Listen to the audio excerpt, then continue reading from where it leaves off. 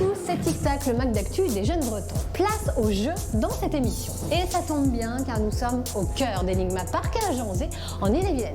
D'ailleurs, je sais plus où je suis moi. Je suis perdue, Jean-Michel. Ouh, y'a quelqu'un? Comment on sort? Ah, la sortie. Sauvé. Et encore des portes. Ici, on oscille entre jeu de rôle, parcours d'obstacles et labyrinthe. Yeah! On peut y vivre de folles aventures tout en faisant travailler ses neurones. C'est tout tic-tac, ça.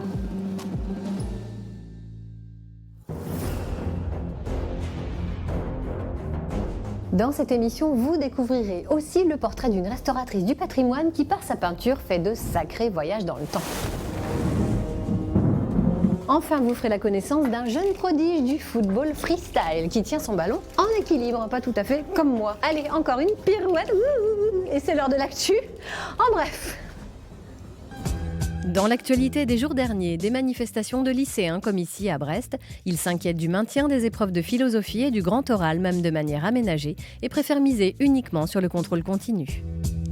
Et puis une image insolite en Centre-Bretagne où le déménagement du centre équestre Cheval-Brocéliande s'est transformé en une véritable transhumance à pied de 160 km.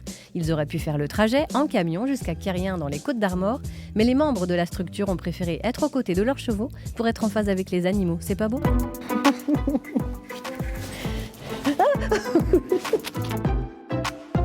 Vous le voyez, dans cet espace, on s'amuse beaucoup. Comme dans Tic Tac, où on a envie que vous vous amusiez avec nous, tout en apprenant, bien sûr. Et vous êtes déjà nombreux à avoir rejoint l'aventure. Nils, Milly, Claire, Marion, Capucine, Victoire, Mathéo et bien d'autres. Alors, voici le mode d'emploi. Tic Tac, c'est votre émission. Faites comme nous, participez. Il suffit de vous inscrire par mail à tictac@francetv.fr pour prêter votre voix au Databraise. Et puis, si vous avez une passion, partagez-la avec nous. Faites comme Jasmine, surfeuse aux chaussons d'embrun. Nemo, qui va toujours plus haut. Ou bien Yolan et ses pinceaux magiques. La rubrique Les petits virtuoses est faite pour ça. C'est très simple, il suffit là aussi d'envoyer un mail à l'adresse tictac@francetv.fr. L'équipe viendra tourner votre portrait. On compte sur vous. À bientôt.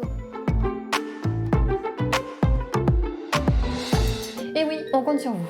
Bon, à Enigma Park, on change régulièrement de décor. Et puisqu'on parle de décor, allons maintenant dans le Morbihan rencontrer Stéphanie qui est peintre en décor du patrimoine.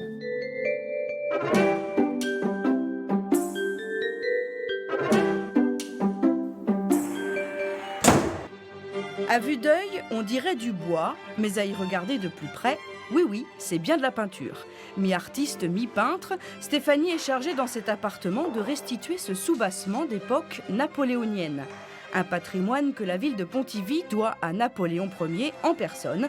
En 1802, il remarque cette petite ville au cœur de la Bretagne et veut en faire une ville nouvelle.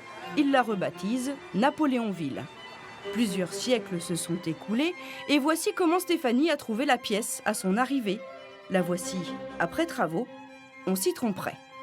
Le but, c'est vraiment de tromper l'œil. C'était le métier de peintre en décor à l'époque, du patrimoine du coup. Et c'est vrai que c'est vraiment de donner l'impression que c'est existant alors que en fait, tout est plat. Il n'y a pas de moulure, il n'y a rien, tout est plat en fait. Stéphanie utilise des techniques ancestrales et des matériaux naturels. Peinture à la caséine, à la farine, à la chaux ou à la bière. Ici, pour un résultat harmonieux, il faut s'adapter et prendre le temps, comme à l'époque de Napoléon.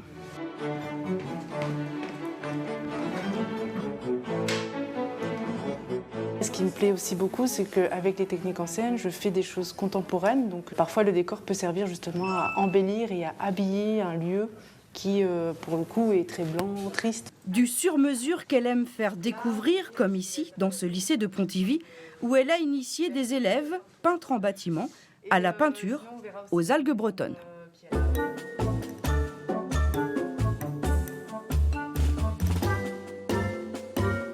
Direction Lorient maintenant. Vous allez faire la connaissance d'un jeune prodige du ballon. Il s'appelle Maël, il a 18 ans et depuis 6 ans, il pratique le football freestyle. Isabelle Rettig et Quentin César vous proposent ce portrait carrément décoiffant. Allez, bijou, on y va!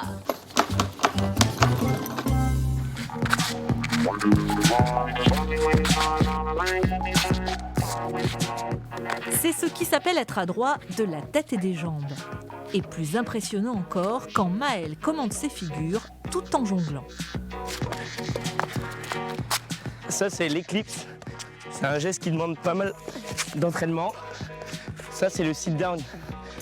C'est une catégorie du freestyle qui est la plus relaxante pour moi. Là, je vais vous montrer le sol stall. C'est un geste qui demande énormément d'entraînement parce qu'il faut tout le temps garder la maîtrise sur la balle. Et je vais finir avec le relevé ninja. C'est un geste inspiré du breakdance qui demande énormément de travail et de concentration. Le football freestyle, une discipline récente qui compte à peine 400 pratiquants en France. Amateur de foot, Maël a grandi en Espagne, tout près de Barcelone et de son club mythique. Mais c'est en arrivant à Lorient qu'il a découvert le freestyle grâce à des vidéos. Depuis 6 ans, il s'est entraîné d'arrache-pied pour s'approprier son sport.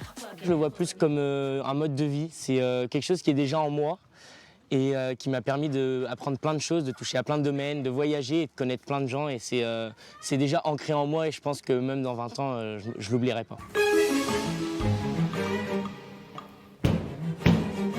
Voilà, c'est déjà la fin. On se retrouve mercredi prochain pour un nouveau Tic Tac. Enfin, si je survis, hein.